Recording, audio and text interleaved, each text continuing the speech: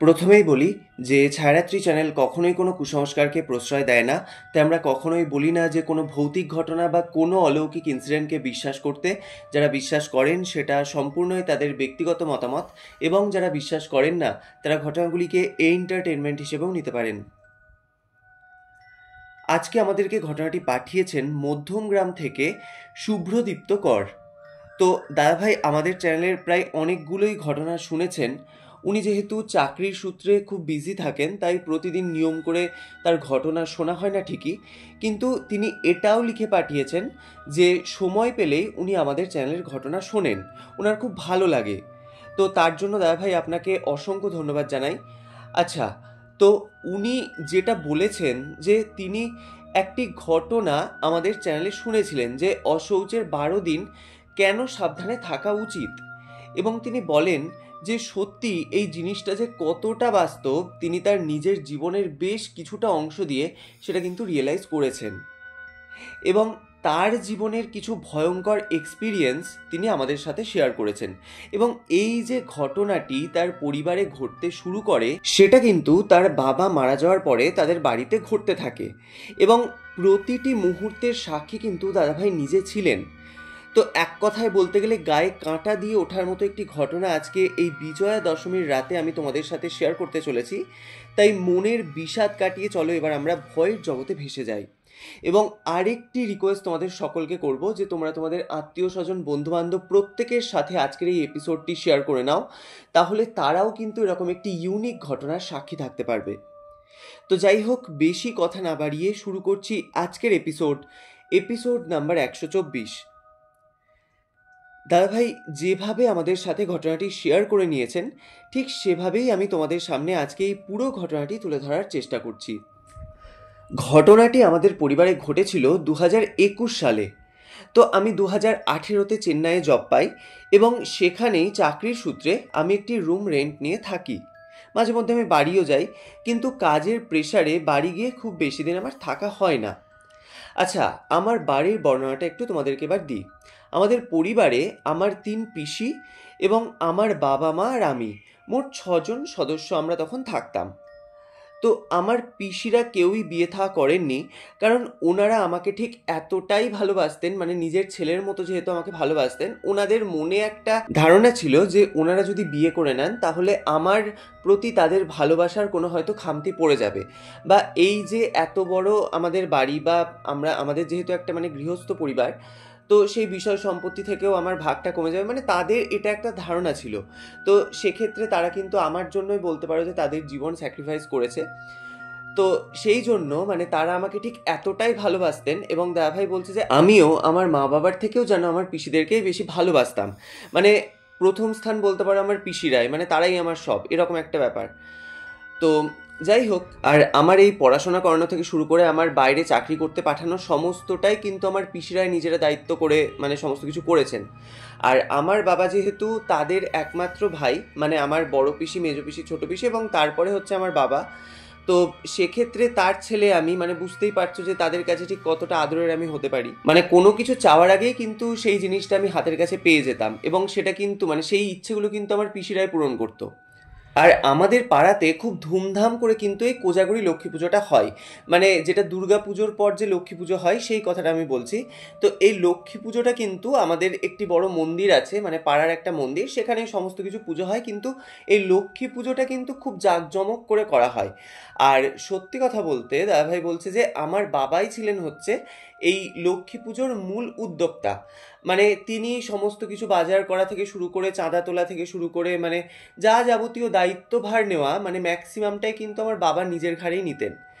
তো সেই জন্য বলতে পারো মানে এত ধুমধাম করে এই লক্ষ্মী পুজোটা করা হতো পাড়াতে, তো সেই জন্য আমি কিন্তু ওই দুর্গা পুজোর সময়তে আমার অফিস থেকে ছুটি নিতাম না। মানে বুঝতেই পারছো যে এতটাই জাঁকজমক করে আমাদের লক্ষ্মী পুজোটা করা হতো, তো সেই কারণে আমি কিন্তু ওই দশমীর দিন আমি বাড়ি ফিরতাম, এবং ওই 1 সপ্তাহর ছুটি নিয়ে আমি আসতাম, আর ওই লক্ষ্মী পুজোটা পুরো কভার করে তারপর আবার আমি আমার চাকরির জায়গায় ফিরে যেতাম। তো মানে যবে থেকে আর কি আমি চাকরিটা পেয়েছি এরকম করেই কিন্তু আমি পুজোর ছুটিটা নিতাম।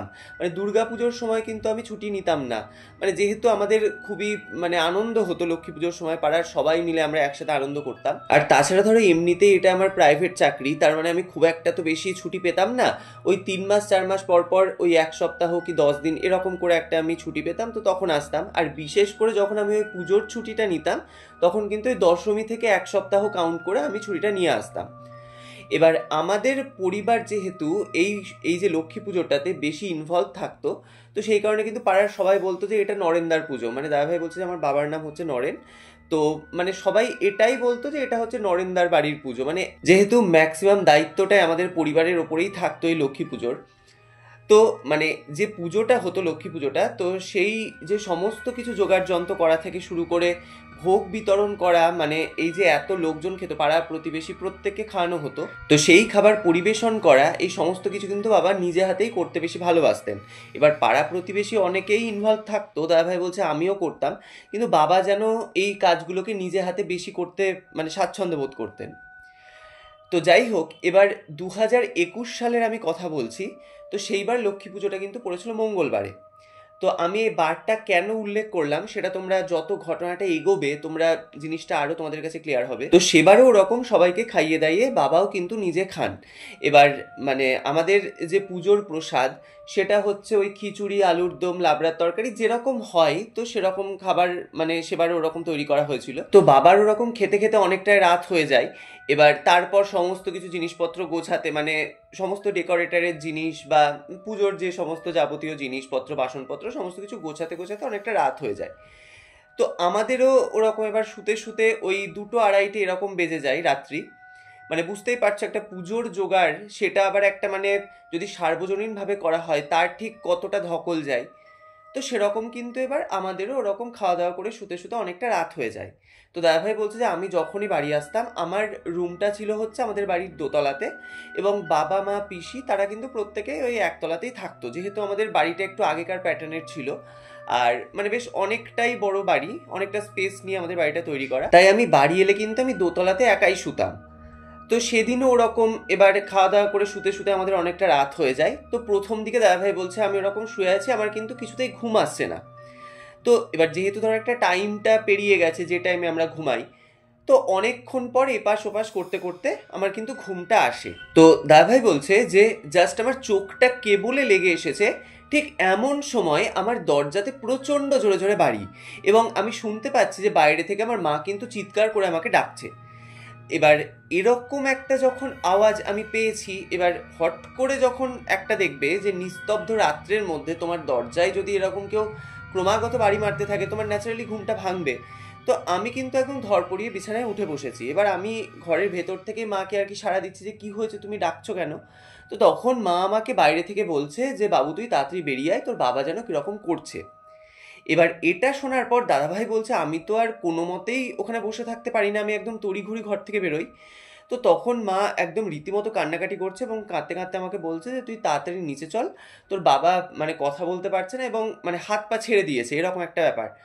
তো তখন তড়িঘড়ি আমি নিচে নেমে যাই। এবার নিচে গিয়ে দেখছি পিসিরাও তখন ঘরের মধ্যে আছে, এবং আমি তখন বাবাকে দেখছি যে প্রচণ্ড পরিমাণে ঘামছে, এবং মুখ আর বাঁ সাইডটা কিন্তু একদম পুরো বেঁকে গেছে বাবার। তো আমি তো মানে দেখেই বুঝে গেছি যে হয়তো ওনার স্ট্রোক হয়ে গিয়েছে এরকম ব্যাপার। আর সেদিন কিন্তু মানে মারাত্মক পরিমাণে গরম ছিল, মানে সেই বছর লক্ষ্মী পুজোর দিন এক্সেস গরম, তার উপরে ধরো ওরকম রাত্রিবেলায় খিচুড়ি টিচুড়ি খাওয়া হয়েছে। তো আমরা আর তখন এক মুহূর্ত দেরি না করে বাবাকে নিয়ে কিন্তু সঙ্গে সঙ্গে হসপিটালে যাই। এবার অত রাত্রিবেলায় পাড়া প্রতিবেশী কাকেই বা ডাকবো, সদ্য সদ্য সবাই কিছুক্ষণ আগেই সব বাড়ি ফিরেছে, সবাই হয়তো শুয়েছে। তো আমরা আর কাউকে না জানিয়ে আমরা কিন্তু বাবাকে নিয়ে হসপিটালে চলে যাই। এবার হসপিটালে যখন নিয়ে গিয়েছি, মানে যখন অ্যাডমিট করতে গিয়েছি, তো ডক্টর যেটা আমাদেরকে বলেন সেটা শুনে কিন্তু আমাদের প্রত্যেকের তখন মনে হচ্ছে না পায়ের তল থেকে মাটি সরে গেল। উনি আমাদেরকে বলেন যে ওনাকে আনতে আনতেই উনি রাস্তাতে আর কি এক্সপায়ার করে গেছেন। মানে বন্ধুরা তোমরা একবার সিচুয়েশনটা ভাবো যে দাদাভাই এরকম পুজোর আনন্দ করতে বাড়ি ফিরেছে, এবং কিছুক্ষণ আগে বলতে পারো মানে আগের রাত্রে এরকম লক্ষ্মী পুজোয় সবাই মিলে আনন্দ করলো, ঠিক কয়েক ঘন্টার মধ্যে যে এরকম একটা মারাত্মক ঘটনা ঘটে যাবে বা তাদের পরিবারে যে এরকম একটা কালো ছায়া নেমে আসবে, এটা তো তারা কখনো দুঃস্বপ্নেও ভাবেনি। তো তো এই জিনিসটা যখন হয়, দাদাভাই বলছে আমি তখনও মানে কয়েক মুহূর্তের জন্য নিজের কানকে আমি বিশ্বাস করতে পারছিলাম না যে ডক্টর আমাদেরকে ঠিক কী বললেন। এবার সেখানে আমি, বড় পিসি, আমার মা, আর যে অ্যাম্বুলেন্স ডেকেছিলাম ওই লোকটি আছে, মানে তাছাড়া আর কেউ নেই, পাড়া প্রতিবেশী কেউ জানে না বিষয়টা। তো মানে তখন তো মা ওখানেই প্রচণ্ড পরিমাণে ভেঙে পড়েছে। তো আমি তখন ভাবছি যে আমি নিজেকে সামলাবো না মাকে পিসিকে সামলাবো, মানে এরকম একটা ব্যাপার। আর তখনও পর্যন্ত কিন্তু ভোরের আলোও ফোটেনি, মানে তার মধ্যে এরকম একটা ঘটনা যে ঘটে গেল আমাদের বাড়িতে। দাদাভাই বলছে যে মানে তখন আমি কি করব নিজেকে নিজে সামলাতে পারছি না। তো যাই হোক, এবার যে ঘটনাটা ঘটে গেছে আমি তখন ভাবছি যে আমাকে নিজেকে তো শক্ত থাকতে হবে, এই মানে এই সিচুয়েশন থেকে এবার আমাদেরকে বেরোতে হবে, না হলে তো আমার মাকে পিসিকে আমি কাউকেই মানে ঠিক করে আমি সামলাতে পারবো না। তো যাই হোক, এবার আমি তখন সমস্ত যে হসপিটালের যে কাজকর্ম থাকে সেগুলো তখন আমি করছি। এবার পাড়ার লোকজন তখন কোনোভাবে জানতে পারে যে বাবাকে এরকম আমরা হসপিটালে নিয়ে এসেছি। তো তার মধ্যে থেকে 2-3 জন তখন পাড়া থেকে অলরেডি চলে এসছে সকালবেলায়। এবার তারা তো তখন জানতো না যে বাবা ওরকম এক্সপায়ার করে গেছে সেটা।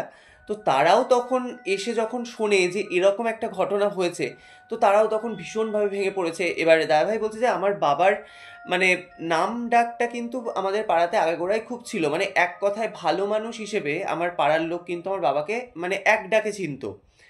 তো সেখানে এরকম একটা সংবাদ পাড়ার প্রত্যেকটা মানুষের মনে যে কতটা এফেক্ট ফেলেছিল সেটা আমরা তখন মানে বুঝতেই পারি। তো যাই হোক, এবার সমস্ত কাজকর্ম মানে সৎকার্য বা যাবতীয় আমাদের হিন্দু শাস্ত্রে যে রিচুয়ালস থাকে, তো সমস্ত কিছু করতে করতে কিন্তু পরের দিন বিকেল হয়ে যায়। এবার তারপর যখন আমরা বাড়ি ফিরে এসেছি, তো আমাদের যারা আত্মীয় স্বজন রয়েছে, আমার মামার বাড়ি থেকে লোকজন, মানে প্রত্যেকে, এবং পাড়ার লোকজন তো আমাদের বাড়িতে একদম ভেঙে পড়ছিল যেটাকে বলে। তো সবাই তখন বাড়িতে অলরেডি চলে এসছে। এবার আমার অফিসেও তখন আমি জানিয়ে দিই যে আমাদের বাড়িতে এরকম একটি বড় দুর্ঘটনা ঘটে গিয়েছে।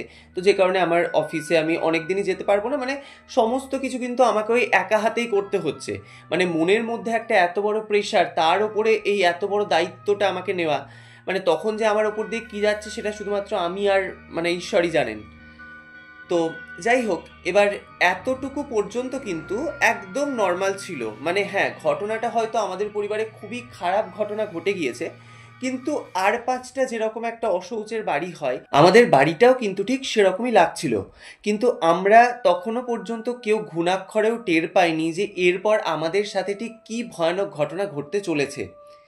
তো দাদাভাই বলছে যে মানুষ মারা যাওয়ার পর যে 3 দিনের যে তারা দেখে জল খাওয়ার ব্যাপারটা থাকে, মানে সারাদিন ধরে উপোস করে থেকে সেই সন্ধেবেলায় তারা দেখে তারপর ফল জল খাওয়ার যে বিষয়টা, তো এটা মানে এই 3টে দিন কিন্তু আমাদের একদম স্বাভাবিকভাবে কাটে।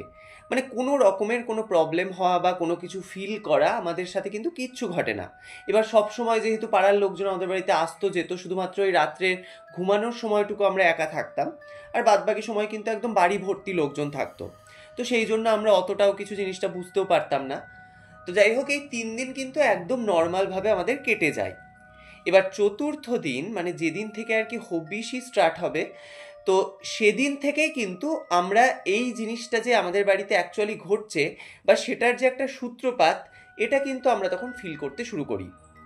তো যাই হোক, মানে কি ঘটনাটা ঘটেছে এবার তোমাদেরকে বলি। তো এবার চতুর্থ দিন যখন আমাদের দুপুরবেলায় যে হবিষিটা হবে, আর এর মধ্যে একটা কথা বলে রাখি যে আমাদের যেহেতু একটু পুরনো প্যাটার্নের বাড়ি ছিল, তো সেই জন্য আগেকার দিনে মানে যখন এই আমাদের সিমেন্টের বাড়িটি তৈরি হয় পরে, তার আগে তো আমাদের ওখানে মাটির বাড়ি ছিল, মানে সেটা অনেক অনেক বছর আগেকার কথা আমি বলছি। তো তখন ঠাকুমার আমলের একটি আমাদের বাড়ির পেছন দিক করে একটা মাটির রান্নাঘর ছিল, এবং রান্নাঘরটা হচ্ছে ওপেন রান্নাঘর, ওপরটা একটা ছাউনি দেওয়া, এবং সেই মেঝেটাও মাটির ছিল, এবং তার উপরে একটি মাটির বড় উনুন ছিল। তো দাদাভাই বলছে যে আমার বাবা তখনও পর্যন্ত সেই রান্নাঘরটিকে নষ্ট করেননি বা ওটাকে ভেঙে দেননি, উনি ওটা রেখে দিয়েছিলেন, যেহেতু ওটা আমার ঠাকুমার একটা স্মৃতি হিসেবেও থাকতো, আর তাছাড়া আমাদের বাড়িতে কোনো পূজা অর্চনা হলে সেই উনুনের মধ্যে রান্না করা হতো ঠাকুরের ভোগ। তো সেই জন্য কিন্তু ওই রান্নাঘরটিকে খুব সুন্দরভাবে সাজিয়ে রাখা হয়েছিল, এবং আমরা কিন্তু খুব সুন্দরভাবে ওটাকে পরিচর্যাও করতাম। তো সেইখানটা করেই মানে ঠিক করা হয় যে হবিষির ওই রান্নাটা করা হবে। তো দাদাভাই বলছে যে এবার হবিষি বলতে আমি এবং আমার মা, আমরা দুজনেই যেহেতু করব, তো সেই কারণে সেদিন দুপুরবেলায় ওরকম একটি মাটির হাঁড়িতে করে ওই উনুনের মধ্যে কিন্তু মা রান্নাটা বসিয়েছে। এবার পিসিরাও তখন বাড়ির মধ্যে আছে, আর ওটা যেহেতু আমাদের বাড়ির একদম ব্যাক সাইড করে, তো বাড়ির ভেতর দিয়ে একটা আমাদের দরজা ছিল, সেই দরজাটা বন্ধ করে দিলে কিন্তু ওটা একটা সাইডে পড়ে যাবে, মানে ওখানে কেউ যদি থাকেও মানে বাড়ির ভেতর থেকে কিন্তু কেউ সেটা বুঝতেও পারবে না। তো দুপুরবেলায় ওরকম মা রান্না বসিয়েছে, আর আমি ওরকম ওই যে মাটির যে রান্নাঘরটা সেটা একটা সাইডে করে আমি বসে আছি, আর তখন আমার মাথায় অজস্র চিন্তা ঘুরছে। এবার এটাই আমি তখন ভাবছি যে হঠাৎ করে আমার ওপরে যে এত বড় একটা চাপ এসে পড়লো, বা এত বড় যে একটা সংসারের দায়িত্ব এসে পড়লো, মানে এই সবই তখন আমি নিজের মনে ভেবে যাচ্ছি। আর মা ওদিকে কিন্তু ওই উনুনের মধ্যে ওই হবিষিটা ওই একটা মানে মাটির হাঁড়িতে রান্না করছে। এবার হঠাৎ করে মা চিৎকার করে ওঠে যে আরে এটা কি হলো, মানে মা কিন্তু নিজের মনেই চিৎকারটা করে। তো তখন আমি একটা অন্যমনস্ক ছিলাম, তো হঠাৎ করে এরকম চিৎকারে কিন্তু আমার মানে ওই ঘোরটা কেটে আমি মায়ের দিকে তাকাই। এবার আমি মাকে বলছি যে কি হয়েছে, তুমি এরকম করে চিৎকার করলে কেন? তো এই বলে কিন্তু আমি মায়ের কাছে উঠে যাই, মানে আমি যেহেতু একটু দূরে বসেছিলাম। তো আমিও তখন গিয়ে যেটা দেখি সেটা দেখে কিন্তু আমি একদম রীতিমতো অবাক। আমি দেখছি যে যে মাটির হাঁড়িটায় করে হবিষিটা রান্না হচ্ছিল, সেই হবিষির তলাতে পুরো একদম কালো হয়ে ভাতটা একদম আঁকড়ে লেগে গেছে। এবার তার মধ্যে সব আলু, কাঁচকলা, বিভিন্ন রকম সব সবজিগুলো দেওয়া ছিল, সেগুলো সব গোটা সেদ্ধ ওরকম বসানো হয়েছিল।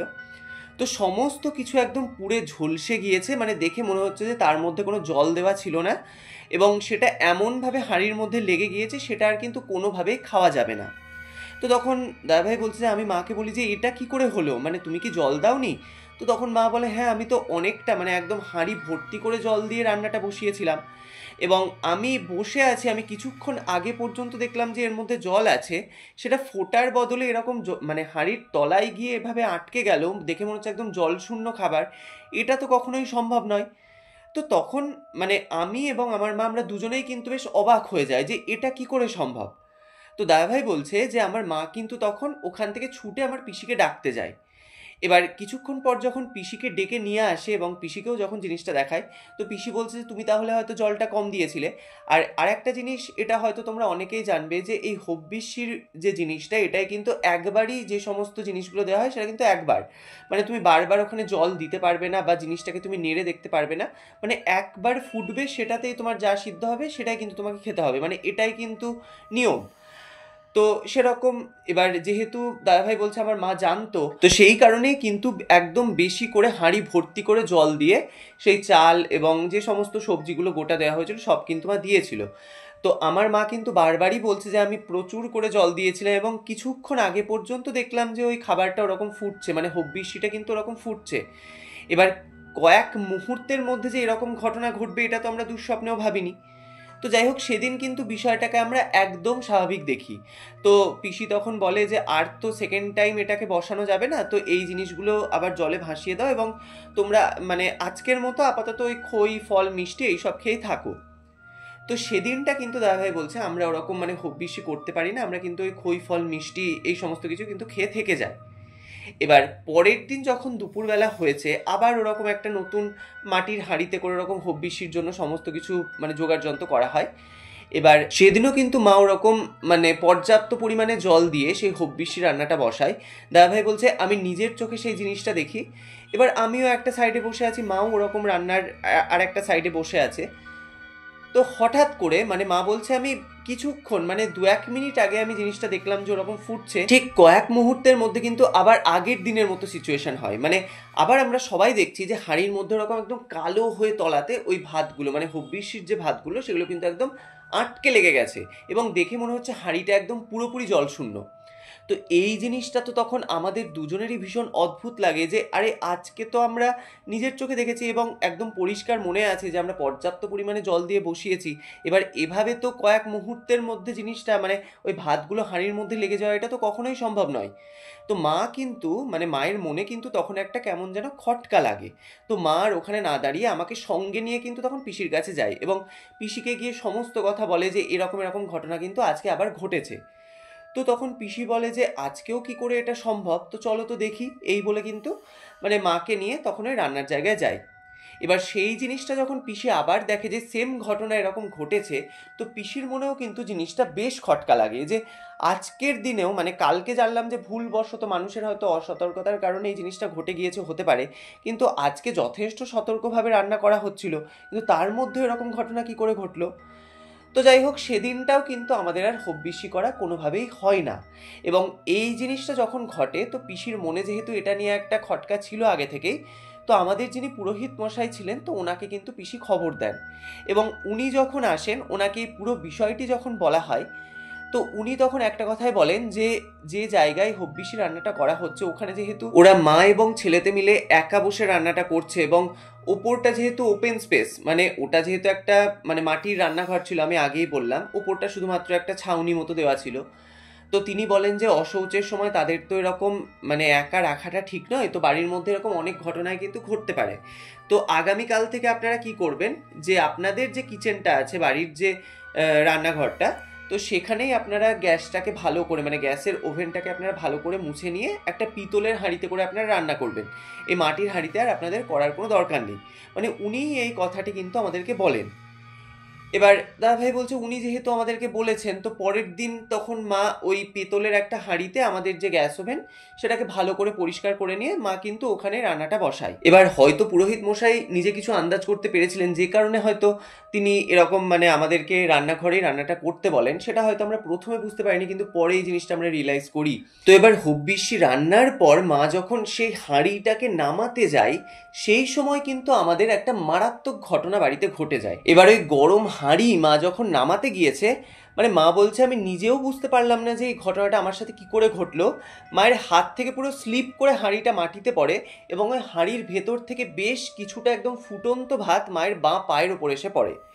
এবার মানে তোমরা একবার অবস্থাটা বুঝতে পারছো, ওরকম একটা গরম ফুটন্ত ভাত এসে যদি কারোর পায়ের ওপর পড়ে, তাহলে তার পাটার কি অবস্থা হবে। এবার গোটা হাঁড়িটা পড়লে তো মানে সে হয়তো আর বাঁচতই না, মানে কিছুটা পরিমাণ ভাত ওরকম পায়ে এসে পড়েছে, তো মা তখন একদম মানে প্রচণ্ড জোরে চিৎকার করে ওঠে। এবার এত গরম ভাত, তোমরা বুঝতেই পারছো যে তাহলে মানে কতটা ইনজুরি হতে পারে। তো মাকে নিয়ে তখন আমরা ওই অবস্থাতেই হসপিটালে ছুটি। মানে সিচুয়েশনটা একবার ভাবো, বাড়িতে এত বড় একটা বিপদ, তার উপরে আর একটা বিপদ।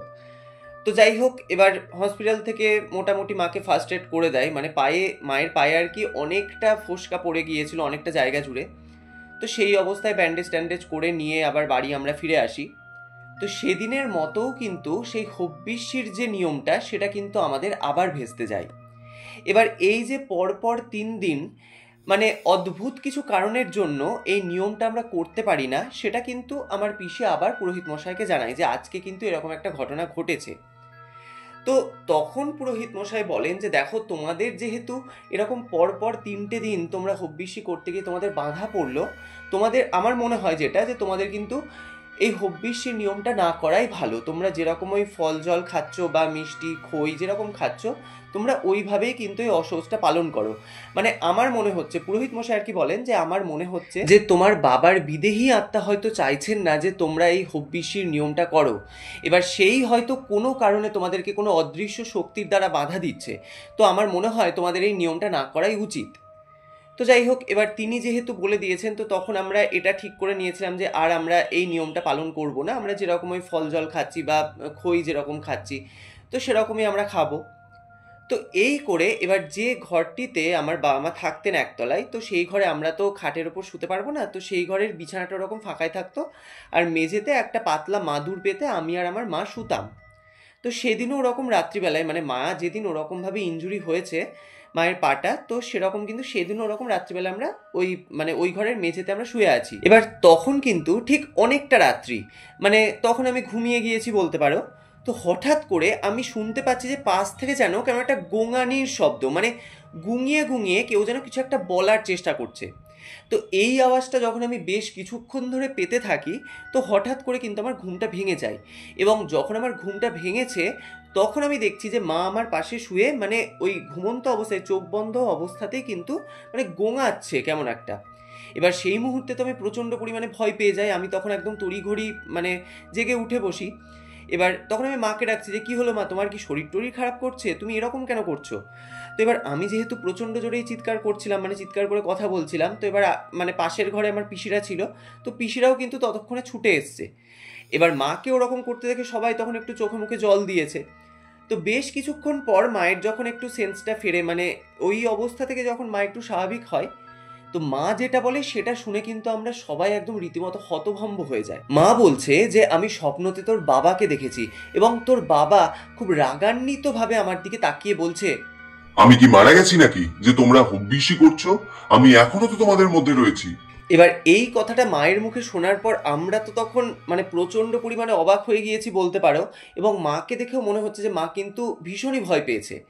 এবার এই কথাটা তো আমাদের উড়িয়ে দেওয়াও যায় না, কারণ আমরা যে গত 3 দিন ধরে যে হব্বিসি করার আমরা চেষ্টা করছিলাম সেটাতে তো আমাদের যে কোনো অদৃশ্য কারণে এই জিনিসটা বাধা পড়ছিল।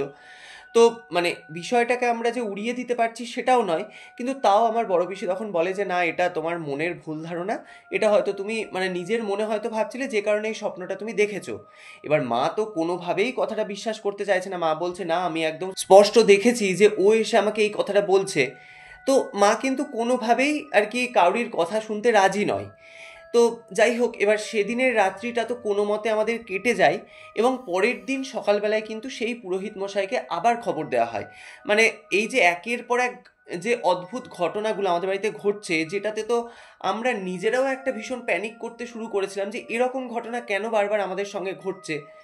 তো যাই হোক, এবার আমাদের তখন ভরসা বলতে কিন্তু সেই পুরোহিত মশাই ছিলেন। আর এই সমস্ত কথা তো পাড়া প্রতিবেশী কারোর সাথে আমরা শেয়ার করতে পারছিলাম না, কারণ কে কীরকমভাবে এই বিষয়টিকে নেবে সেটাও তো আমরা বুঝতে পারছিলাম না। তো যাই হোক, এবার পুরোহিত মশাই যখন এই পুরো বিষয়টি শোনেন, তো তিনি তখন বলেন যে আপনারা কিন্তু খুবই সাবধানে থাকবেন, এবং বিশেষ করে এই যে শ্রাদ্ধ শান্তি অবধি মানে আপনাদের যে অশৌচের দিনগুলো আপনারা কিন্তু একটু সচেতনভাবে থাকবেন। তো শ্রাদ্ধ শান্তি হয়ে গেলে আশা করছি এরপর আর কোনো রকম কোনো প্রবলেম হবে না। তো এই কটা দিন আপনারা নিজেদের মধ্যে কিন্তু একটু সতর্কভাবেই থাকবেন। তো এটা কিন্তু সেই পুরোহিত মশাই আমাদেরকে জানিয়ে দেন। আর এর মধ্যে আরেকটা কথা আমি তোমাদেরকে বলি, যে যারা আমাদের আত্মীয় স্বজন বা পাড়া প্রতিবেশী যারাই আমাদের বাড়িতে আসতো এই শ্রাদ্ধ শান্তি মেটার আগে পর্যন্ত যে দিনগুলো থাকে, ওই সময় অনেকে আমাদের সাথে দেখা করতে আসতো। তো তারা কিন্তু আমাদেরকে এটা বলতো, মানে প্রথম প্রথম কেউ বলতে না চাইলেও পরে কিন্তু এই জিনিসটা আমাদেরকে তারা জানিয়েছিল, যে তারা যখন আমাদের বাড়িতে আসতো মানে গোটা পরিবেশটা তাদের কাছে এতটাই থমথমে লাগতো, এবং একটা গুম মেরে থাকার মতো যে একটা পরিবেশ সেটা কিন্তু তারা প্রত্যেকে ফিল করতো। এবং শুধুমাত্র তাই নয়, আমাদের আশেপাশের যারা পাড়া প্রতিবেশী ছিলেন তারা বলতো যে মানে তাদের বাড়ি থেকেও যেন আমাদের বাড়িটাকে দেখে কেমন একটা থমথমে লাগতো। এবার দেখো, বাড়িতে একটা এরকম বাড়ির মানুষ মারা গিয়েছে, সেটাতে একটা মানে যে বাড়ির লোকের শোক থাকবে এটা তো খুব স্বাভাবিক ব্যাপার, কিন্তু পাড়া প্রতিবেশী ওই বাড়িটাকে দেখে একটা কেমন ভয় পাচ্ছে বা বাড়ির মধ্যে আসতে ভয় পাচ্ছে, এই জিনিসটা তো খুব একটা স্বাভাবিক বিষয় নয়। তো এটা কিন্তু তাদের মানে যারা আর কি আমাদের পাড়ার লোকজন ছিল তাদের মধ্যে কিন্তু এটা হতো। তো প্রথম প্রথম তারা আমাদেরকে এই জিনিসটা বলেনি, কিন্তু এই জিনিসটা যখন পাবলিক হয় মানে সবাই যখন জানতে পারে এই বিষয়টা, তো তখন কিন্তু তারা আমাদেরকে পরে এই কথাগুলো জানিয়েছিল। তো যাই হোক, এবার পুরোহিত মশাই যেরকম বলেছিলেন আমরা কিন্তু ওই শ্রাদ্ধের দিন আসার আগে মুহূর্ত পর্যন্ত নিজেদেরকে খুব সাবধানেই রাখতাম। মানে সবসময় আমরা একসাথে থাকতাম, কোথাও কেউ হয়তো মানে বাড়ির মধ্যে হলেও কোথাও কেউ আমরা একা থাকতাম না। মানে এইভাবে কিন্তু আমাদের ওই 12টা দিন কেটে যায়। তো তারপর যেদিন এবার শ্রাদ্ধের দিন এসেছে, দাদা ভাই বলছে আমরা যখন শ্রাদ্ধে এবার বসবো মানে শ্রাদ্ধের কাজকর্ম করতে যখন বসবো, তো আগে পুরোহিত মশাই যেরকম ফর্দ দিয়েছিলেন আমরা সমস্ত জিনিসপত্র এনে রেখেছি। এবার বসার সময়তে কিন্তু অদ্ভুত অদ্ভুত কিছু ঘটনা ঘটছে। মানে যে জিনিসগুলো দাদাভাই বলছে আমার একদম স্পষ্ট মনে আছে যে আমি দোকান থেকে একদম লিস্ট মিলিয়ে কিনে এনেছি, সেই জিনিসগুলো সে কাজে বসার সময় আর খুঁজে পাওয়া যাচ্ছে না। মানে তন্ন তন্ন করে খুঁজে একটা জিনিস হয়তো পাওয়া গেলেও আর একটা জিনিস মিসিং থাকছে। মানে এরকম অদ্ভুত ঘটনা কিন্তু কন্টিনিউ ঘটে যাচ্ছে, মানে একটা পাওয়া যাচ্ছে তো আর একটা পাওয়া যাচ্ছে না, আর একটা খোঁজা হচ্ছে তো আর একটা তখন মিসিং হয়ে যাচ্ছে, মানে এরকম হচ্ছে। তো এরকম যখন কন্টিনিউ হয়ে যাচ্ছে, তো পুরোহিত মশাইও বুঝতে পারেন যে কোনোভাবে হয়তো মানে সে হয়তো চাইছে না যে এই শ্রাদ্ধ শান্তির কাজটা হোক। মানে তিনি তখন বলেন যে যে যে জিনিসগুলো পাওয়া গিয়েছে তুমি সেটা নিয়ে কাজে বসে পড়ো, না হলে টাইমটা যেহেতু পেরিয়ে যাচ্ছে, একটা তো সার্টেন টাইম থাকে যে এই টাইমের মধ্যে এই কাজগুলো করতে হবে। তো দাদাভাই বলছে যে এরপর আমরা তখন মানে কাজে বসে পড়ি, যেগুলো আছে সেগুলো নিয়েই তখন কাজে বসা হয়। এবার আমাদের যেহেতু বাড়ির মাঝখানেই একটা বড় উঠোন ছিল, মানে সেটা এখনো যদিও বা আছে, তো সেই উঠোনেই আমাদের ওই কাজটা করা হবে বলে কিন্তু ঠিক করা হয়েছিল। এবার সেই যে শ্রাদ্ধ শান্তির সময় সেটা ছিল হচ্ছে ওই দেওয়ালির 2-3 দিন আগে। এবার সেই মুহূর্তে তো মানে সেই সময় তো বৃষ্টি বাদল হওয়ার তো কোনো চান্স নেই, মানে যে একটা বর্ষাকাল তাও নয়, কিছুদিন পরেই শীতকাল পড়বে, একটা ঠান্ডা ঠান্ডা আমেজ। তো যে কারণে কিন্তু ওই শ্রাদ্ধের জায়গাটায় খুব ভালো করে প্যান্ডেল করা হয়নি, মানে নর্মাল একটা ত্রিপল মতো টাঙানো হয়েছিল, যাতে মানে রোদটা ডিরেক্ট মাথার উপরে না পড়ে। দাদাভাই বলছে যেই আমরা কাজে বসেছি ভাই, বিশ্বাস করবে না, সারাটা দিন কিন্তু একদম খটখটে রোদ, মানে যেরকম হয় আর 5টা সাধারণ দিন ওরকমই কিন্তু ছিল। কিন্তু যেই শ্রাদ্ধের কাজে বসা হয়, কোথা থেকে কয়েক মুহূর্তের মধ্যে চারিদিকে একদম কালো কুচকুচে হয়ে মেঘ জমে যায়, এবং যে মুহূর্তে শ্রাদ্ধের কাজটা শুরু হয়েছে তারপর থেকে ওই যে 2-2.5 ঘন্টা যে কাজটা হয়েছে, ক্রমাগত মনে হচ্ছে যেন মুষলধারে বৃষ্টি শুরু হয়, মানে কাজের জায়গাটা তো মনে হচ্ছে একদম জলে ভেসে যাবে, এরকম একটা ব্যাপার। মানে সবাই না রীতিমতো একদম অবাক হয়ে যায় যে কোথাও মেঘ নেই, কিছু নেই, হঠাৎ করে মেঘ এসে এরকম বৃষ্টি শুরু হওয়া। মানে যতক্ষণ ধরে কাজটা হয়েছে, সেই শ্রাদ্ধের কাজটা যতক্ষণ হয়েছে ততক্ষণ পর্যন্ত মুষলধারে কিন্তু বৃষ্টি হয়। মানে কোনো মতে ঠাকুরমশাই তো মানে যতটুকু না করলে নয় সেরকমভাবে সেই শ্রাদ্ধের কাজটি সম্পূর্ণ করেন, কারণ তিনি করতে পারছিলেন না, কারণ যেখানে উনি কাজ করছেন সেখানে পর্যন্ত এসে জলে ভেসে যাচ্ছে, মানে এরকম একটা ব্যাপার। তো যাই হোক, কোনো মতে তিনি কাজটা সম্পূর্ণ করেন, এবং কাজটা সম্পূর্ণ করে তিনি যখন বাড়ি থেকে বেরোচ্ছেন, তিনি তখন আমার বড় পিসিকে একটা কথা বলেন। তিনি বলেন যে দেখুন, আমি যে শ্রাদ্ধের কাজটা করলাম এটা তো আমার মানে একদম মন মতো, আমি একদম মন ভরে যে কাজটাকে করতে পারা বলে সেটা তো আমি করতে পারিনি, এবং আমরা তো এতদিন ধরে এই সমস্ত শ্রাদ্ধ ক্রিয়াদি অনেক মানুষেরই করে আসছি, এবং আমরা কিন্তু এটা বুঝতেও পারি যে তিনি কিন্তু খুব ভালোভাবে এই শ্রাদ্ধের মানে কাজটা, মানে যার উদ্দেশ্যে এই কাজটি করা হয়েছে তিনি কিন্তু এটা গ্রহণ করেননি। মানে আমার মনে হয় আপনাদের পরিবারে যে সমস্ত প্রবলেম হচ্ছে আজকের এই কাজের পরেও হয়তো আপনারা সেই জিনিসটা ফেস করবেন। তো আমার মতে আপনার ভাইয়ের যে 45 দিনের যে বাৎসরিক কাজটা হবে, তারপর আপনার ভাইপোকে দিয়ে কিন্তু গয়াতে পিণ্ডদান করিয়ে আসবেন। না হলে আমার যতটুকু মনে হয়, আমার এতদিনের পৌরোহিত্যের অভিজ্ঞতায় তিনি কিন্তু এই বাড়িতে এখনো পর্যন্ত আছেন। এবার আমরা যেটা জেনে থাকি যে গয়াতে পিণ্ডদান করলে যে কোনো বিদেহী আত্মা যে হয়তো সহজে মুক্তি পেতে চায় না, সে কিন্তু ইজিলি মুক্তি পেয়ে যায়। তো তখন এই পুরোহিত মশাইয়ের মুখে আমার বড় পিসি যখন এই কথাটা শোনেন, তো তিনি তখন বলেন যে হ্যাঁ, আপনি যেটা বলছেন সেটাই আমরা করব। তো এই করে কিন্তু সেদিনের মতো জিনিসটা মেটে। এবার তারপর যখন সমস্ত কাজক্রিয়াদি মিটে যায়, তো দাদাভাই বলছে আমার তো বেশ কিছুদিনের মানে অফিসের ছুটি নেওয়া ছিল, এই যে এরকম একটা দুর্ঘটনা ঘটে গিয়েছে তারপর আমি মানে অফিসে জানানোর পর আমি ছুটিটা নিই। তো তারপর আরও 2 দিন থেকে আমি কিন্তু আমার চাকরির জায়গায় চলে যাই। তারপর যেহেতু আবার আমাকে সেই 45 দিনের কাজের সময় আসতে হবে, যেটা আমাকে আমার বড় পিসি বলে দেয়, তো আমার মাকে কিন্তু তারপর থেকে আর একা কোনোভাবেই শুতে দেওয়া হতো না। আমার বড় পিসি আমার মাকে নিয়ে আমার বড় পিসির ঘরেই শুতো। তো এরপর একদিন রাত্রে কিন্তু একটি ভয়ঙ্কর ঘটনা আমাদের পরিবারে ঘটে।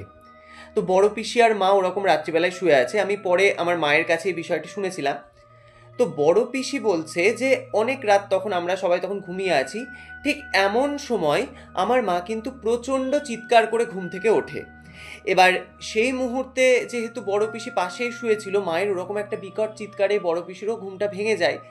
তো তখন উঠে আমার বড় পিসি বলছে যে কী হলো, তুমি এরকম জোরে কেন চিৎকার করলে? তো তারপর আমার মায়ের মুখে বড় পিসি যে কথাটা শোনে, সেটা শুনে কিন্তু বড় পিসিও সেই মুহূর্তে প্রচণ্ড পরিমাণে ভয় পায়। আমার মা যেটা বলে, মা বলছে যে আমি ওরকম শুয়ে আছি, তো হঠাৎ আমি শুনতে পাচ্ছি কেউ মনে হচ্ছে যেন ঘরের মধ্যেই বসে বসে কাঁদছে। মানে একটা যে পুরুষ ভারী কণ্ঠ গুঙিয়ে গুঙিয়ে কাঁদলে ঠিক যেরকম একটা আওয়াজ হয়, আমি কিন্তু ঘুমন্ত অবস্থাতে ঠিক ওরকমই শব্দটা পাচ্ছিলাম। এবার বেশ কিছুক্ষণ ধরে যখন ওই একটা রিদিমের মতো কান্নার শব্দ আমার কানে ভেসে আসছে, তো হঠাৎ করে কিন্তু আমার ঘুমটা ভেঙে যায়, এবং যে মুহূর্তে আমি চোখটা খুলেছি, সোজা আমার যখন পায়ের দিকে চোখটা যায়, আমি দেখি যে খাটের পায়ের দিকের যে ব্যারিকেডটা থাকে সেখানটা করে 2টো হাত দিয়ে মাথাটাকে নিচু করে কেউ একজন বসে আছে, এবং সে কিন্তু ওরকম গুঙিয়ে গুঙিয়ে কাঁদছে। মানে মাথাটা নিচু, আমি মুখটা বুঝতে পারছি না ওটাকে, এবং ঘরের নাইট ল্যাম্পের আলোতে এটা একদম পরিষ্কার দেখা যাচ্ছে যে ওটা কিন্তু একটা পুরুষ। এবার তার পরনে কিন্তু একটি সাদা রঙের পাঞ্জাবি। তো দাদাভাই বলছে আমার মায়ের তখন আর এক মুহূর্তের জন্য বুঝতে বাকি থাকে না যে ওটা কে, কারণ আমার বাবা আগাগোড়াই খুব পাঞ্জাবি পরতে ভালোবাসতেন, এবং তিনি কিন্তু ওই সাদার উপরেই পাঞ্জাবিগুলো পরতেন। এবার মা কিন্তু তখন একদম শিওর হয়ে যায় যে ওটা আর কেউ নয়, ওটা আমার বাবাই। তো তখন ওই জিনিসটা দেখে মা কিন্তু আর নিতে পারে না, মা তখন প্রচণ্ড জোরে চিৎকার করে। এবার এই পুরো বিষয়টা কিন্তু আমার বড় পিসিকে আমার মা তখন বলে। তো বড় পিসিও যেহেতু এই জিনিসটা জানতো, এবং মানে সত্যি কথা বলতে বাড়ির মধ্যে ওই যে 45 দিন যতদিন না মিটেছে, বাড়ির লোকজনও কিন্তু একটা কেমন যেন অজানা আতঙ্কের মধ্যে থাকতো। মানে সারাটা দিন একদম স্বাভাবিক, কোনো রকম কোনো প্রবলেম হতো না, কিন্তু রাত্রি হলেই বাড়ির মধ্যে বিভিন্ন রকম অ্যাক্টিভিটিস কিন্তু শুরু হতো। মানে সবাই যেহেতু নিচেই শুতো, ওপরটা একদম পুরোপুরি তালাবন্ধ অবস্থায় থাকতো, কিন্তু ওই অবস্থাতে রাত্রে প্রত্যেকে শুনতে পেত, মনে হতো যেন সেই দোতলাতে ওই যে আমাদের ঘরের বাইরে যে খোলা বারান্দা আছে, ওই বারান্দার মধ্যে ধপধপ ধপধপ করে কেউ যেন হেঁটে বেড়াচ্ছে। মানে একটা যেমন পায়চারি করলে পায়ের যেরকম একটা শব্দ হয়, আর রাত্রিবেলায় পায়ের শব্দ মানে বুঝতে পারছো একদম নিস্তব্ধ জায়গার মধ্যে যদি কেউ হেঁটেও বেড়ায় তাহলে কিন্তু ওই আওয়াজটা নিচ থেকে মানে একতলার মানুষজন কিন্তু একদম স্পষ্ট বুঝতে পারবে। তো দাদাভাই বলছে আমার মারা কিন্তু ওরকম রাত্রিবেলায় ওই আওয়াজটা পেত। আবার এরকমও হয়েছে যে রান্নাবান্না করে হয়তো রাত্রের খাবারটা ওরকম মানে ঢাকা অবস্থায় কিচেনে আছে, তো সন্ধেবেলাতে যখন ওই খাবারগুলো গরম করতে যেত, হয়তো পিসি যেত কিংবা হয়তো মা যেত, গিয়ে দেখছে যে সব খাবার দাবার একদম লন্ডভন্ড করে গোটা রান্নাঘরে ছেটানো। এবার রান্নাঘরেও যেহেতু শিকল তুলে তালা মারা অবস্থায় থাকতো, সেখানে তো বিড়াল ঢোকার কোনো রকমের কোনো চান্স নেই। মানে সারাটা দিন কিন্তু বাড়িতে কিচ্ছু হতো না, ঠিক সন্ধে লেগে যাওয়ার পর থেকে কিন্তু বাড়িতে একটার পর একটা এরকম ভৌতিক ঘটনা ঘটতো। তো যে কারণে মানে মা পিসি প্রত্যেকেই, এবার যতই সে নিজেদের বাড়ির লোক হোক না কেন, সে তো এখন মারা গিয়েছে, এবার সে যে বাড়িতে উপস্থিত আছে সে তো সেটা একদম স্পষ্টভাবে বাড়ির লোককে জানান দিত। তো প্রত্যেকেই বাড়ির লোকজন কিন্তু তখন প্রত্যেকেই জিনিসটাকে খুব ভয় পেতে শুরু করে। যে কারণে এরকমও হয়েছে যে ঘরের মধ্যে তারা যখন ঢুকে পড়তো রাত্রিবেলায়, তারপর কিন্তু তারা সারা রাত্রি টয়লেটের জন্য মানে ঘরের বাইরে বেরোতো না, মানে এতটা পরিমাণে তারা ভয়ের মধ্যে থাকতো। তো যাই হোক, এইভাবে কোনো মতে তো 45 দিনটা কাটে। তো এরপর তো সেই বাৎসরিক কাজটা করা হয় এবং সেটা খুব ভালোভাবে একদম সুষ্ঠুভাবেই সেই কাজটা সম্পন্ন হয়। এবং তার পরের দিন আমি, আমার মা, আমার বড় পিসি এবং আমার মামা, আমরা 4 জন মিলে কিন্তু সেই গয়াতে পিণ্ডদানের উদ্দেশ্যে রওনা হই। এবার এটা আমাদের যেহেতু আগে থেকেই ঠিক করা ছিল যে এরকম বাৎসরিক কাজটা হয়ে যাওয়ার পরেই আর কি আমরা এরকম গয়ার উদ্দেশ্যে যাব, যেহেতু আমাকেও তো আবার অফিসের জন্য ফিরতে হবে। তো দাদাভাই বলছে আমরা যেদিন বেরিয়ে যাই, এবার বাড়িতে তখন আমার মেজ পিসি এবং ছোট পিসি এবং আমার মামি ছিল, মানে আমার মামিকে এনে বাড়িতে রেখে দিয়েছিল, যেহেতু মানে ওই দুজন যেহেতু ওনাদেরও বয়স হয়েছে, এবার তাদেরকেও বাড়িতে একা রেখে যেতে আমরাও খুব একটা ভরসা পাচ্ছিলাম না। তো যে কারণে আমার মামিও কিন্তু বাড়িতে ছিল। এবার যে দুদিন আমরা বাড়িতে ছিলাম না, আমরা পরে এই বিষয়টি বাড়ি ফিরে আসার পর জানতে পেরেছিলাম, কারণ সেই মুহূর্তে আমাদেরকে ফোনে ওরা কোনো বিষয় জানায়নি। তো মানে আমাদের যখন ওই পিণ্ডদান করে আমরা যখন ভালোভাবে কাজকর্ম সম্পন্ন করে যখন আমরা বাড়ি ফিরে আসি, তো তখন আমার মামি বলছে এবং আমার পিসিরাও এই জিনিসটা বলে যে রাত্রিবেলা হলে আমরা তো নিচের ঘরেই থাকতাম, মানে পিসিরা আর কি একতলাতেই থাকতো এবং দোতলাটা ওরকম তালাবন্ধ অবস্থাতেই ছিল। তো ওরা বলছে যে সন্ধে লেগে যাওয়ার পর আমরা ওই ঘরের মধ্যে যেন থাকতে পারতাম না, মনে হতো যেন দোতলার উপরে পুরো একদম তাণ্ডব চলছে। মানে জিনিসপত্র ভাঙচুরের শব্দ, কোনো জিনিস ছুঁড়ে ফেলার শব্দ, মনে হচ্ছে না কেউ দৌড়ে বেড়াচ্ছে গোটা দোতলাতে। মানে একটা সাংঘাতিক ব্যাপার। আমরা দুদিন এতটা আতঙ্কে ছিলাম, মানে সেটা একদম ধারণার বাইরে। তো ওখান থেকে পিণ্ডদান করে আসার পর আমরা সেই পুরোহিত মশাইয়ের কথা মতোই কিছু গরিব দুঃখীকে আমার বাবার উদ্দেশ্যে আর কি আমরা কিছু দান করি আমাদের সামর্থ্য অনুযায়ী।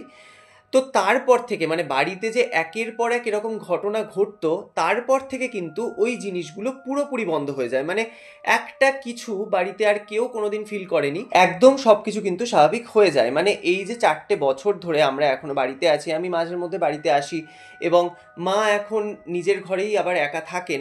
তো সব মিলিয়ে বলতে গেলে বাড়ির মধ্যে কিন্তু কোনো রকমের কোনো অ্যাক্টিভিটিস আজ পর্যন্ত আর হয় না, মানে একদম সব কিছু স্বাভাবিক। এবং পুরোহিত মশাই যেটা আমাদেরকে পরে জানিয়েছিলেন যে উনি যেহেতু ওরকম স্ট্রোক করে মারা গিয়েছেন, মানে উনি তো মারা যাওয়ার ঠিক কয়েক মুহূর্ত আগে পর্যন্তও জানতেন না যে তিনি এরকমভাবে তার সংসার তার পরিবারকে ছেড়ে চলে যাবে। তো সেটা হয়তো তিনি মারা যাওয়ার পরেও জিনিসটাকে মেনে নিতে পারছিলেন না, যে তাকে তার এই পরিবার ছেড়ে চলে যেতে হয়েছে, বা তিনি যে এই জগতের আর বাসিন্দা নন বা এই পরিবারের আর সদস্য নন, এটা তিনি কিন্তু কোনোভাবেই মানতে পারছিলেন না। যে কারণে তিনি এই বাড়িতে একটা মায়ার মধ্যে আটকে গেছিলেন, আর তার জন্যই তিনি বাড়ির প্রত্যেকটা মানুষকে তার উপস্থিতি বোঝাতেন। এবার যেটা যে কোনো একটা সাধারণ মানুষের পক্ষে এরকম কিছু অ্যাক্টিভিটিস হলে তো তাদের ভয় পাওয়া স্বাভাবিক। তো দাদাভাই বলছে এর আগে আমি কোনোদিন ভূত প্রেত বা এই যে জিন, এই সমস্ত জিনিসে কিন্তু আমি কোনোদিন বিশ্বাস করতাম না। কিন্তু আমাদের বাড়িতেই আমার বাবাকে কেন্দ্র করে যে এরকম ঘটনা আমরা ফেস করব, এটা তো আমি কোনোদিন ভাবিনি। কিন্তু এটা যখন আমাদের পরিবারে ঘটে, তখন থেকে আমি এই জিনিসটাকে বিশ্বাস করতে শুরু করি যে না, আত্মা বা স্পিরিট বলে হয়তো কিছু জিনিস তো রয়েছেই। মানে এটা যেহেতু আমরা একদম নিজেরা প্রত্যক্ষদর্শী এবং সব থেকে বড় কথা নিজেরাই জিনিসটাকে আমরা ফেস করেছি, তো যে কারণে কিন্তু এই জিনিসটাকে আমিও বিশ্বাস করতে বাধ্য হই। তো যাই হোক, তোমার চ্যানেলে আমি বেশ কয়েকদিন ধরে ঘটনা শুনি। আমি হয়তো রেগুলার শ্রোতা নই, কিন্তু আমি সময় বের করে তোমার ঘটনা শোনার চেষ্টা করি। এবং বেশ কিছুদিন আগে তুমি একটা ঘটনা শেয়ার করেছিলে যে এরকম একজনের সাথে এই অসৌচ চলাকালীন তাদের বিভিন্ন রকম অ্যাক্টিভিটিস তারা ফেস করেছিল। তো তখন আমি জিনিসটাকে আমার পরিবারের সাথে ঠিক এতটাই রিলেট করতে পারি, কারণ আমাদের পরিবারেও তো ঠিক এরকম ঘটনা ঘটেছিল। এবং শুধুমাত্র যে অশৌচের সময় তা নয়, এই যে ৪৫ দিন, যতদিন না পর্যন্ত আমরা গয়াতে পিণ্ডদান করি, ততদিন পর্যন্ত আমরা যে জিনিসগুলোকে ফেস করেছিলাম। তো এটা আমার মনে হয়েছিল যে তোমার সাথে আমি ঘটনাটা শেয়ার করি, তাহলে তোমার এই চ্যানেলের মাধ্যমে তোমার দর্শকরা এবং তোমার শ্রোতা বন্ধুরা জানতে পারবে বিষয়টা। তো সেই জন্য আমি তোমাকে ঘটনাটি পাঠালাম। তো তোমার যদি ভালো লাগে তাহলে তোমার চ্যানেলে তুমি ঘটনাটি পড়ে শুনিও। তো দাদাভাই, অসংখ্য ধন্যবাদ এত সুন্দর একটি ঘটনা আমাদের সাথে শেয়ার করার জন্য। এবং সব থেকে বড় কথা, আপনি যে সময় বের করে আমাদের ঘটনাগুলো শোনেন এবং আপনার যে ভালো লাগে, এবং সেখান থেকেই আপনি আপনার জীবনের এই অভিজ্ঞতাটি আমাদের সাথে শেয়ার করেছেন, এটা আমাদের কাছে একটা বড় প্রাপ্তি। তো তার জন্য আপনাকে অসংখ্য অসংখ্য ধন্যবাদ। এবং পার্সোনালি বলতে গেলে আমার তো ঘটনাটি শুনে ভীষণই ভালো লেগেছে। তো বন্ধুরা, তোমাদের আজকের এই এপিসোডটি শুনে কেমন লাগলো সেটা অবশ্যই আমাদেরকে কমেন্টের মাধ্যমে লিখে জানিও। এবং ঘটনাটি শুনে যদি তোমাদের ভালো লাগে তাহলে অবশ্যই একটা লাইকের সঙ্গে সঙ্গে একটা হাইপ করে কিন্তু আমাদের সাথে থাকতে তোমরা একদমই ভুলো না। আর তোমরাও যদি তোমাদের জীবনে ঘটে যাওয়া এরকম কোনো সত্যি ভৌতিক ঘটনা বা যে কোনো অলৌকিক ইনসিডেন্ট আমাদের সাথে শেয়ার করতে চাও, তাহলে স্ক্রিনে দেওয়া হোয়াটসঅ্যাপ নাম্বারে তোমরা ঘটনাগুলি আমাদেরকে লিখে অথবা ভয়েস মেসেজের মাধ্যমে পাঠাতে পারো। এছাড়াও কিন্তু তোমরা আমাদেরকে মেইলের মাধ্যমেও ঘটনা শেয়ার করতে পারো। তাছাড়াও তোমরা আমাদের ফেসবুক পেজ ছায়ারাত্রি এবং ইনস্টাগ্রাম আইডি ছায়ারাত্রি অফিসিয়ালেও ইনবক্স করতে পারো তোমাদের ঘটনাটি। আমরা সেই ঘটনাটি কিন্তু তুলে ধরবো সমস্ত শ্রোতা এবং দর্শক বন্ধুদের সামনে। আর তোমাদের পক্ষে যদি পসিবল হয় তাহলে যে ঘটনাটি তোমরা আমাদেরকে পাঠাচ্ছ, সেই ঘটনা সম্পর্কিত যে কোনো ছবি বা যে কোনো ছোট্ট ভিডিও ক্লিপ তোমরা চাইলে আমাদের সাথে শেয়ার করতে পারো। আমরা সেই ছবি বা ভিডিওটি তুলে ধরবো সমস্ত দর্শকদের সামনে। তো যাই হোক, আজকের এপিসোডের প্রশ্নটি হলো যে দাদাভাই আজকে আমাদেরকে ঘটনাটি পাঠিয়েছেন, তিনি চাকরি সূত্রে কোথায় থাকেন? তোমরা সঠিক উত্তরটি আমাদেরকে কমেন্টের মাধ্যমে লিখে জানাও। আমরা নেক্সট এপিসোডের শেষে তোমাদের কমেন্টের স্ক্রিনশটটি পাবলিশ করব। তো গত এপিসোডে যারা আমাদেরকে কমেন্ট করেছেন তাদের মধ্যে থেকে কয়েকটি প্রিয় কমেন্ট আমরা এখানে বলছি। তো তারা হলেন দমদম থেকে বিউটি ব্যানার্জি, মিনু সাহা, হাওড়া থেকে গীতা গোস্বামী, চন্দননগর থেকে মীনাক্ষী চ্যাটার্জি, নদিয়ার আসাননগর থেকে বাসন্তী মণ্ডল এবং ময়মনসিংহ থেকে এমডি রুমি।